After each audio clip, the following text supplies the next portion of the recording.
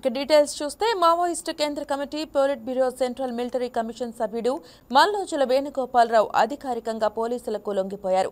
మహారాష్ట్రలో ఈ మేరకు మల్లోజులను పోలీసులు మీడియా ఎదుట ప్రవేశపెట్టారు. మహారాష్ట్ర సీఎం ఫడ్నవీస్ సమక్షంలో ఆయుధాలు అప్పగించారు. మల్లోజుల వేణుగోపాలరావుపై 100కు పైగా కేసులు ఉన్నాయి.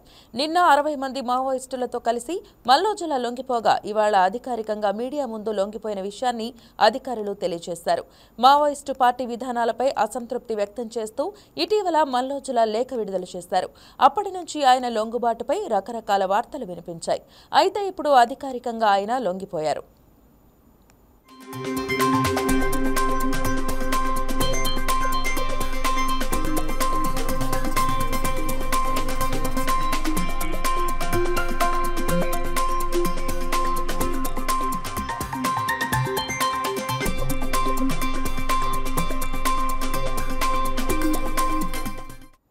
మావోయిస్టుల ఏరివేత్తే లక్ష్యంగా కేంద్రంలోని బీజేపీ ప్రభుత్వం చేపట్టిన ఆపరేషన్ కగార్ నిర్విరామంగా కొనసాగుతోంది. పోలీసులు అడవుల్లోకి చొచ్చుకెళ్లి మరీ మావోయిస్టులను హతమార్చుతున్నారు. అడవుల్లో దాక్కున్న మావోయిస్టులను భద్రతా దళాలు ఎన్కౌంటర్ చేస్తున్నాయి. వరుస ఎన్కౌంటర్లతో వందలాదిగా మావోయిస్టులు చనిపోతున్నారు. ఈ క్రమంలోనే మావోయిస్టు నేత మల్లోజుల వేణుగోపాలరావు పోలీసుల ఎదుట సరెండర్ అయ్యారు.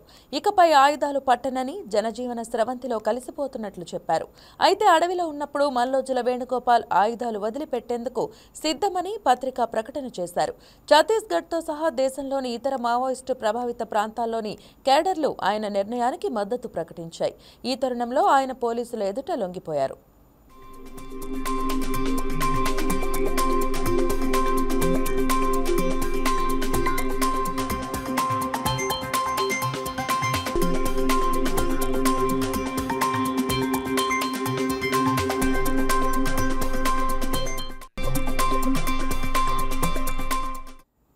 ఈ ఏడాది సెప్టెంబర్లో ఆయుధాలు వదిలేసి శాంతి చర్చలకు వెళ్లాలని మల్లోజుల విడుదల చేసిన లేఖలో కీలక విషయాలు ప్రస్తావించారు.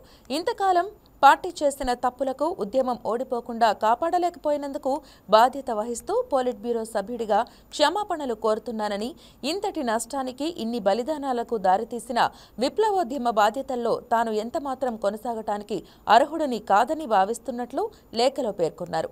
ప్రస్తుతం పార్టీ కష్టకాలంలో ఉందని, ఈ సమయంలో తన నిర్ణయం సరైంది కాకపోవచ్చని, కానీ పరిస్థితులు దీన్ని తప్పనిసరి చేశాయని తెలిపారు.